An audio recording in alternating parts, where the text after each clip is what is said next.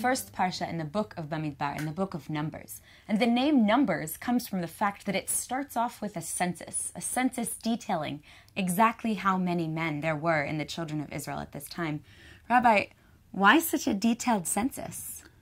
Well, the details of the census, it's first to show the importance, to remind people that they came out of the great poverty in the land of Canaan only with the 70 people, and now they are out of Egypt after about 210 years with 603,000. It's also show the importance of individuals, but they count each and every one of them. Let me share with you the Ramban Nachmanides, who said, and I just abbreviate his word.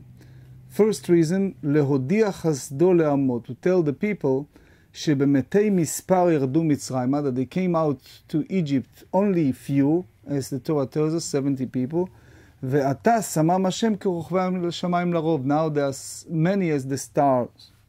Number 2, he said, מתוך חיבתם מן העם, because he have the joy, is like you have something that's very precious to you, so you constantly counted.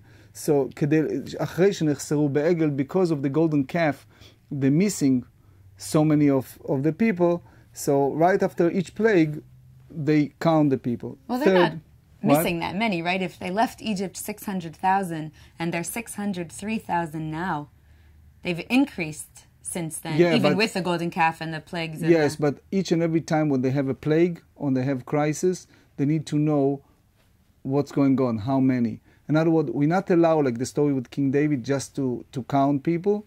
But if it's needed, especially after war, it's very important to know exactly how many. Then he gave another several. He said, because Moses and Aaron was called Kedoshei Hashem, which means that they are people who sanctified God and representative of God. So each of them need to have the name, like they pray for them. You know, in the Hasidic world, they're giving the Rebbe a little kvittel, a little name, and they ask to pray. Then, another reason they're about to enter the land and fight with the Amorites. So, היו משה ואהרון צריכים לדעת מספר אנשי הצבא. The Moses and Aaron need to know how many people in order to fight the war, in order to be ready for the war. So, therefore, they need to know the number. And the fifth reason he said, רצה הקדוש ברוך הוא, the Almighty God wanted, שיחלקו את הארץ לפי מספר צודק ושווה, which means that they divided land according to the justice and correct way. So since they knew in advance, the Ramban said how big is the land, but they need to divide it in a proper manner. So therefore they need to make an account so know exactly how it's going to take place. So. But there's a big difference between wanting to know how many there are in the children of Israel because you love them, and wanting to know exactly how many men of fighting age there are so you can win a war. Correct. I mean, those two feel very different to me. Correct. So how to read them both back into the... It's, when it's come to the interpretation of text, you can go in many different directions. It's not that one is wrong, one is right. There's a concept that is called Elu va'elu divrei Elohim chayim, which means they are both right. But the key here is that they divided those tribes to a different location, different symbols. They have these flags, and each of them take their part, and they give honor to each of them, especially since the famous story in the Midrash that Nachshon jumped to the water and then all the others follow, so there's a name and recognition. And later in Nassau you see exactly how they give each and every tribe their place and how they carry those mission, they carry the flags, which means that even there in the desert there's no mess. It's all in order, it's all important collectively and individually. So even in the desert, where you might think things would be a little bit crazy, there's still a sense of every individual. And the divine providence is there all the time, even they are wandering in the desert. But so that might be true then. Why do I need to read these numbers now? Why do these numbers still... First and foremost, it's because we still believe in a living God.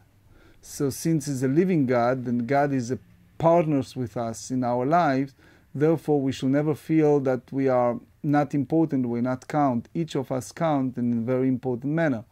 It's also connected to the timing now, before Shavuot in the book of Ruth, that she was in a state of desolation, and in many ways she is the representative of our future, because toward her we have the King David, but she never hold this state of desolation and unimportance, even in a time of tremendous sadness and crisis, by losing their family members, etc. So we learn from that Bamidbar, it's all part of preparation for the time of desert, that time of the unknown, time of a great uncertainty, that there is always a living God.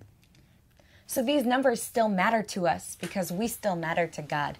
We read these numbers and we remind ourselves that every individual counts, and whether we're counting ourselves, whether we're being counted because God loves us, or we're being counted so that we can enter our land and divide it equally amongst all the tribes, there's still a sense in which it's important for us to remember that every individual matters and every individual plays a part. We as a nation grew from 70 members entering Egypt to 600,000. And it's time, as we start the book of Numbers, to remind ourselves just how wonderful we as a nation and we as a people have become.